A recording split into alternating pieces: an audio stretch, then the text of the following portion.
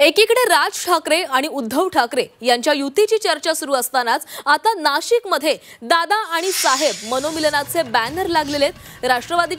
राष्ट्रवादीच्या 26व्या वर्धापन दिनानिमित्ताने लागलेले हे बॅनर चर्चेचा विषय ठरतायत। नाशिक शहरात ठिकठिकाणी राष्ट्रवादी काँग्रेसच्या पदाधिकाऱ्यांकडून ही बॅनरबाजी करण्यात आलेली आहे। साहेब आणि दादा आपल्या एकत्रीकरणाचा मनी आहे ध्यास, संपूर्ण महाराष्ट्राला आहे आपल्या मनोमिलनाची आस, अशा पद्धतीचा आशय या बॅनरवर बघायला मिळतो।